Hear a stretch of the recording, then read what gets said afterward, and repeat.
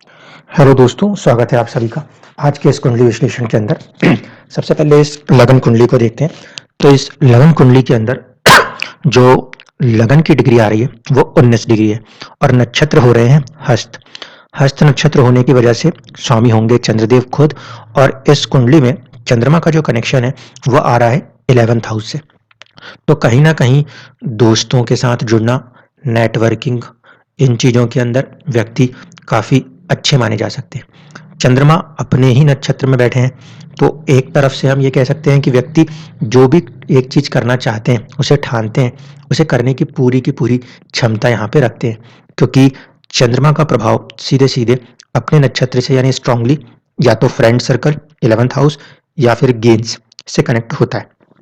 सबसे इंपॉर्टेंट चीज यहाँ पर ये हो रही है कि सूर्य और चंद्रमा आमने सामने होने से चंद्रमा के अंदर एक पूरा बल प्राप्त होगा, क्योंकि कहीं ना कहीं एक पूर्णिमा के चंद्रमा है। तो व्यक्ति के सोचने के ढंग में थोड़ा सा इमोशनल सेंस, और क्योंकि 6 नंबर की राशि है तो प्रैक्टिकलिटी यानी कि कितना ज़्यादा प्रॉफिटेबल चीज़ों को हम बना सके, इस तरह का माइंडसेट नज़र आता है। इस चार्ट के अंदर थोड़ी सी कुछ अड़चने महसूस हो रही हैं। पहली चीज अड़चन जो लग रही है वो ये कि जो फर्स्ट हाउस के लॉर्ड हैं बुध देव, वो अपने आप में राहु केतु एक्सिस में भी आ रहे हैं, और दूसरी चीज है 8वें भाव में।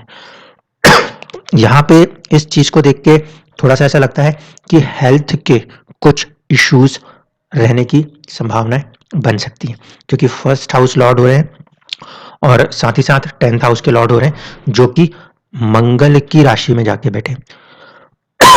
इस पर्टिकुलर लगन के लिए भी कह लीजिए या नॉर्मली भी कह लीजिए, बुध और कहीं ना कहीं मंगल देव के बीच में एक नैसर्गिक मित्रता नहीं होती।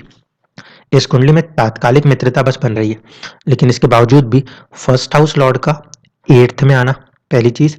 दूसरी चीज हो रही है एक तरफ पे सूर्य, दूसरी तरफ पे मंगल, तो कहीं ना कहीं बुध का मंगल और सूर्य के बीच में अपने आप को फंसा लेना, ये भी एक तरह से शॉर्ट ऑफ पापकत्री योग जैसी स्थिति कही जा सकती है, क्योंकि राहु भी बुध की तरफ बढ़ रहे हैं, सूर्य भी बुध की तरफ आ रहे हैं। ठीक है, तो ये हेल्थ के पॉइंट ऑफ व्यू पे थोड़ा सा ध्यान यहाँ पे रखना हो सकता है।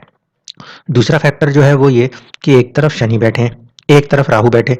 इसमें 9th हाउस जो हो रहा है वो पीड़ित भी हो रहा है और साथ ही साथ पापकत्री में भी जा रहा है। एट द सेम टाइम सूर्य के ऊपर शनि की दृष्टि है, जो कि पिता के कारक होते हैं। इसलिए मुझे कुछ ऐसा फील हो रहा है कि फादर की या तो हेल्थ में कुछ प्रॉब्लम, या कहीं ना कहीं उस साइड पे भी कुछ एक चुनौती सी इस कुंडली के हिसाब से महसूस होती हुई नजर आती है। अब दूसरे जो कुछ मेजर फैक्टर्स हैं उसको देखिए। तो इस कुंडली में जो 4th हाउस के स्वामी हो रहे हैं गुरु, वो हो रहे हैं वक्री और वो जा रहे हैं 12th हाउस में, जो इस बात को भी इंगित करेंगे कि व्यक्ति जो है वो भविष्य में जाकर विदेशों में या विदेशों से जुड़ के भी अपनी प्रॉपर्टीज को बना सकते हैं। साथ ही साथ गुरु का सूर्य के साथ एक सॉर्ट ऑफ परिवर्तन भी है, और ऐसे स्थिति में देखा जाए तो कहीं ना कहीं सप्तम और द्वादश इन दो भावों के बीच में एक संबंध स्थापित हो रहा है इस कुंडली में। इस संबंध से एक फायदा जो थोड़ा सा मिल सकता है वो ये कि जो गुरुदेव है वो अपनी ही राशि के अंदर मौजूद हो जाए। ठीक है, और ऐसे सिचुएशन में कहीं ना कहीं चंद्रमा को भी एक पॉजिटिव सपोर्ट बनेगा, एक चीज। दूसरा, सूर्य 12वें भाव के स्वामी होकर 12वें भाव में रहते हैं, तो वहां पर सूर्य की मौजूदगी को हम ठीक कह सकते हैं। ठीक है, अब जो कुछ फैक्टर्स हैं उसको देखते हुए चलते हैं। इनके नवांश को मैंने इनके लगन के बराबर बनाया। वैसे तो इनका नवांश जो है 3 नंबर से बन रहा है। बुध नवमांश में 10th भाव की तरफ बढ़ रहे हैं, यानी कि व्यक्ति अपना एक स्टेटस हासिल करने में सफल हो जाएंगे, ये बात तो तय हो जाएगी। मेजर फैक्टर जिस बात को देखना है वो ये कि राहु का प्रभाव जो है वो आ रहा है सीधे सीधे इस कुंडली में लगन के ऊपर नवमांश के द्वारा। ठीक है, और इस समय इनके ऊपर राहु की दशा भी चल रही है, जो कि लगन कुंडली में अष्टम भाव में बैठे। पहली बात तो राहु का अष्टम भाव में बैठना हम उतना अच्छा नहीं मानते। दूसरी बात हो रही है कि ये राहु जो है ये बुध को भी अपने साथ साथ लेके बैठे, फर्स्ट हाउस लॉर्ड को भी लेके बैठे। फर्स्ट हाउस लॉर्ड को क्योंकि लेके बैठे हैं तो यहाँ पे भी हेल्थ इश्यूज मुझे थोड़े से महसूस होते हैं। अभी ये जो दशाएं चल रही हैं तकरीबन तकरीबन 2011 से 2029 तक की, इसमें कुछ चुनौतियां तो महसूस होने की पूरी योग नजर आते हैं। राहु की प्लेसमेंट जिस तरीके से है, राहु अपने अंदर एनर्जीज को लेके चल रहे हैं, भरणी नक्षत्र यानी शुक्र और मंगल। तो शुक्र और मंगल दोनों का प्रभाव कहीं ना कहीं 9th हाउस पे है।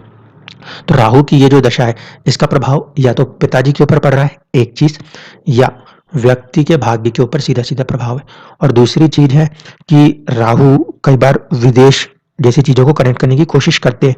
अभी इनकी उम्र कोई बहुत ज्यादा तो नहीं हुई है, लेकिन फिर भी ये हो सकता है कि कुछ समय के अंदर अंदर ये अपने आप को विदेश से जोड़ने की प्रयास करें। ठीक है, आने वाली जो दशाएं बनेंगी वो गुरुदेव की दशा बनने वाली है। जब ये गुरुदेव की दशा बन रही है तो यहाँ पर दो चीजों को ध्यान देना है।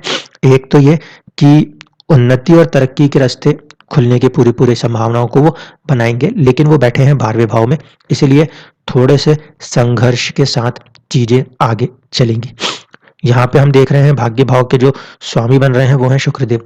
तो तकरीबन जब 25th ईयर की एज के आसपास जाकर कहीं व्यक्ति कुछ छोटी छोटी सी उन्नतियों को प्राप्त करना शुरू करेंगे। यहाँ पे अगर ध्यान से समझा जाए तो राहु की जो दशा है वो भी तकरीबन 2029 में खत्म होगी और 2029 के आसपास आके इनकी उम्र 24 साल के अराउंड होगी। तो जो 24वां साल है उसके बाद धीरे धीरे करके थोड़ी सी तरक्की होनी शुरू होगी। गुरु क्योंकि लगन कुंडली से भी और चंद्र कुंडली से भी इसमें 7th हाउस लॉर्ड भी है और 4th हाउस के लॉर्ड भी है। ऐसे स्थिति में यह ध्यान रखिएगा कि गुरु की दशा में भी थोड़ा सा अपने सेहत पे ध्यान देना है। राहु के तुलना में वहां पे चीजें थोड़ी सी बेहतर होती हुई नजर आएंगी। जो मेजर कंसर्न क्वेश्चन है आपका वो ये कि फ्यूचर कैसा दिखाई देता है। तो फ्यूचर जो है वो यहाँ पे मुझे लगता है कि ऑलमोस्ट ब्राइट रहेगा। इनिशियल कुछ स्ट्रगल्स रहेंगे, ठीक है, प्रोफेशन के हिसाब से, कैरियर के पॉइंट ऑफ व्यू से, जो कि अप्रोक्सीमेटली जब तक कि शनिदेव का गोचर 3 नंबर राशि से ना हो जाए, यानी कि अप्रॉक्स एज ऑफ 28 एंड 30, वहां तक कुछ चैलेंजेस इनिशियली रहेंगे। ठीक है, और क्योंकि यहाँ पे 10th हाउस के स्वामी होकर बुध अष्टम में जा रहे हैं, तो पहली चीज तो यह है कि व्यक्ति के अंदर मार्केटिंग सेल्स जैसी प्रतिभा अच्छी खासी होगी। ज्यादा बेटर अगर कोई फाउंडेशन यहाँ पे समझ में आता है लगन कुंडली के हिसाब से, तो वो किसी तरीके का रिसर्च एक्टिविटी हो सकती है। नवमांश के अंदर बुध की राशि ठीक है, राहु का कहीं ना कहीं प्रभाव लगन से कनेक्ट हो रहा है, शुक्र जो कि भाग्य के स्वामी है वो उच्च हो रहे हैं। तो यहाँ पे भाग्य के स्वामी का नवांश में उच्च होना अच्छी बात है। मंगल जो है वो वर्गोत्तम होकर बैठे हुए हैं, सूर्य और शनि की युति हो रही है। तो यहाँ पे अगर देखा जाए नवांश के अंदर चीजें काफी हद तक अपने आप को बैलेंस करने की कंडीशन दिखा रही हैं। चंद्रमा जो प्राइम इंपॉर्टेंट प्लेनेट है वो कहीं ना कहीं अपने आप में अपनी राशि में बैठ के ठीक हो जा रहे हैं। अब जब प्रोफेशन के चार्ट में हम उतर रहे हैं, D10 में आ रहे हैं, तो यहाँ पर हमें कुछ चीजें ऐसे समझ में आती हैं। फर्स्ट हाउस के लॉर्ड हो रहे हैं मंगल, जो कि अष्टम में जा रहे हैं। ठीक है, मंगल का यहाँ पे अष्टम में जाना कुछ शुरुआती संघर्षों के बाद सक्सेस देगा।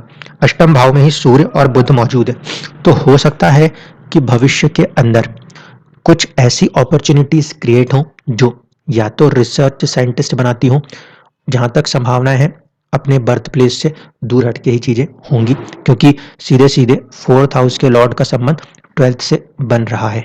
ठीक, दूसरा यहाँ पे जिस तरीके से फॉर्मेशन इस चार्ट में बन रहा है, इसको समझें तो शनि उच्च के हैं लेकिन राहु केतु एक्सेस में आ रहे हैं। ठीक है, और दशमांश की कुंडली में शनि और बुध इंपॉर्टेंट प्लेनेट माने जाएंगे।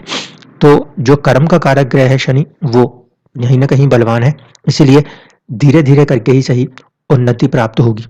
गुरु की दशा जब चलेगी उस समय थोड़ा थोड़ा करके संघर्ष जरूर रहेगा, क्योंकि D10 के चार्ट में गुरु वक्री होकर नीचे आशिष्ट हो रहे हैं। वक्री है इसलिए उतना ज्यादा प्रभाव महसूस नहीं होगा, लेकिन फिर भी कुछ संघर्ष शुरुआती समय में रहेगा, जो कि आगे जाकर एक फ्रूटफुल वे में इनके लिए काम करने लगेगा। क्योंकि जिस तरीके से इसमें गुरुदेव बैठे हुए हैं, उनका संबंध कहीं ना कहीं व्यक्ति के भाग्य से है। ठीक है, 9th हाउस से है और साथ ही साथ एक संबंध 7th हाउस से है।